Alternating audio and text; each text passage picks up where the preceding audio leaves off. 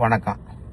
திமுக கூட்டணி கட்சியிலிருந்து குறிப்பாக கம்யூனிஸ்டுகள், அப்புறம் விடுதலை விசிக, இந்திய முஸ்லீம் லீக் இவங்கெல்லாம் வெளியில் வந்து, அப்புறம் காங்கிரஸ் இவங்கெல்லாம் வெளியில் வந்து இந்த தாவேக அரசுக்கு முட்டு கொடுத்து ஜனநாயகத்தை தூக்கி நிறுத்த வந்திருக்காங்க. சரி, அதெல்லாம் சரி.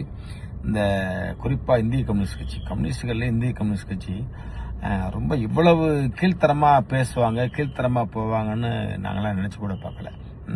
என்ன இந்த ஒரு மாசத்துல என்ன இந்த விஜய் அரசை வந்துட்டு என்ன நீங்க பாத்துறீங்க? நீங்க உங்க இந்திய கம்யூனிஸ்ட் கட்சி வந்துட்டு விஜய் அரசை ஆதரிக்கிறதுக்கு வந்துட்டு நீங்க தார்மீக கடமை வந்துட்டு அப்படி இப்படின்னு சொல்லிட்டு ரொம்ப முட்டு கொடுக்கறது என்ன அப்படி என்ன தூக்கி வச்சு நிமித்திட்டாரு.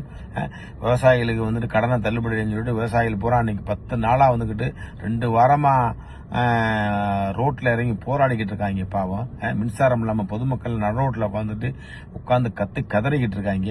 இங்க வர வேண்டிய பலாயிரம் கோடி முதலீடு, தமிழ்நாட்டுக்கு வர வேண்டிய பலாயிரம் கோடி முதலீடு எல்லா வெளிமாநிலங்களும் அங்க போய்கிட்டு இருக்கு. நாடு சந்து சரிக்குது. இந்த நடிகர் விஜய்க்கு எதுக்குமே தெரியல, அரசு நிர்வாகம் எதுவுமே தெரியல. அதனாலதான் சும்மாவே அரசு அதிகாரி வேலை பார்க்க மாட்டாங்க. அப்புறம் இது எதுவுமே தெரியாத அரசா இருந்தா எப்படி இந்த அதிகாரி எல்லாம் வேலை வைப்பாங்க? இந்த அதிகாரி பயல்கள் வந்துகிட்டு ரொம்ப ரொம்ப ஓவரா போறீங்க. நீங்க என்ன தூக்கி வச்சு நிமித்திட்டீங்க.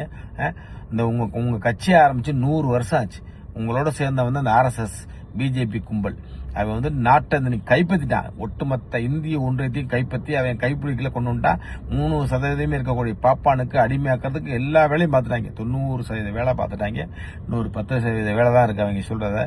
நீங்க உங்க கம்யூனிஸ்ட் கட்சி 100 வருஷம் ஆச்சு. ஆனா கழுத தெரிஞ்சு கட்டருமான கதையா ஒண்ணுமில்லாம போச்சு. அதான் உண்மை. இந்த ராமநாதபுரம் மாவட்டத்திலாம் எங்க நண்பர்கள், எங்க தோழர்கள் தான் இருக்காங்க. 10 பேர் தான் இருக்காங்க. தனியா நீங்க சரியான ஆளா இருந்தா தனியா நின்று ஒரு சீட்டு ஜெயிச்சு காமிங்க. அப்பா ஒரு சீட்டு வெற்றி காமிங்க. ஒண்ணும் கிடையாது. இத்தனை வரையும் திமுக கூட ஒட்டி இருந்துகிட்டு நோட்டுக்கு சீட்டுக்கு வந்துகிட்டு ஏதோ போட்டுக்கிட்டு இன்னைக்கு வந்துட்டு இந்த திமுக தோத்து போச்சுன்னா உடனே வந்துகிட்டு இந்த போலி லாட்டு சீட்டு மாப்பியா கும்பலுக்கு வந்துட்டு முட்டு கொடுத்து ஓவரா பேசுறீங்க. அதெல்லாம் வந்துகிட்டு தப்பு.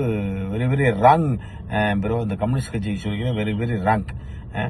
கம்யூனிஸ்ட் கட்சிகள் மேல வந்துகிட்டு எங்களை போன்ற நபர்களுக்கெல்லாம், எங்களை போன்ற இயக்கவாதிகள் ஒரு மரியாதை இருந்துச்சு. அந்த மரியாதையை கெடுத்துக்காதீங்க.